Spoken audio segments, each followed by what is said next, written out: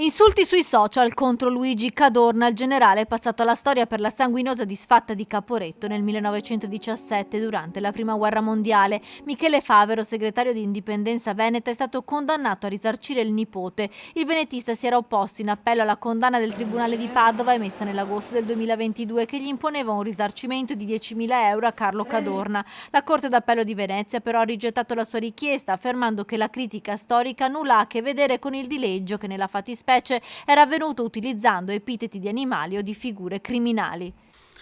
Purtroppo è stato rigettato, dico che sono rimasto esterrefatto perché non ho altri termini per descrivere questa cosa qui. Tenete conto che per quanto riguarda invece l'aspetto penale io sono stato assolto sia dai giudici di Padova che da quelli della Corte d'Appello di Venezia. Allora non si capisce perché per lo stesso capo di imputazione debba essere dichiarato colpevole di questo.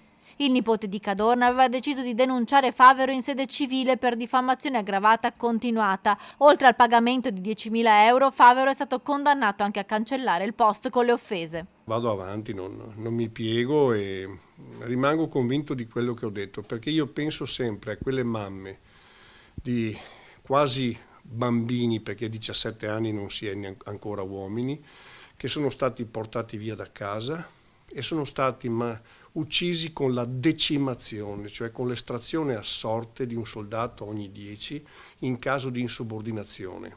Oppure, signora, suo figlio è stato estratto a sorte per volere di Dio, no? Come dicevano gli ufficiali su ordine di Cadorna.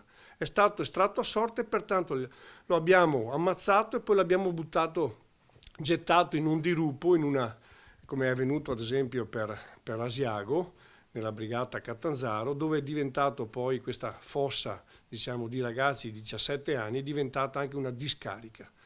Ecco, ma che terminologie dovrei usare io per definire chi ha fatto questo dei ragazzi di 17 anni? E devo essere condannato per avere detto questo? Ebbene, condannatemi, non so che dire. Io rifarei tutto.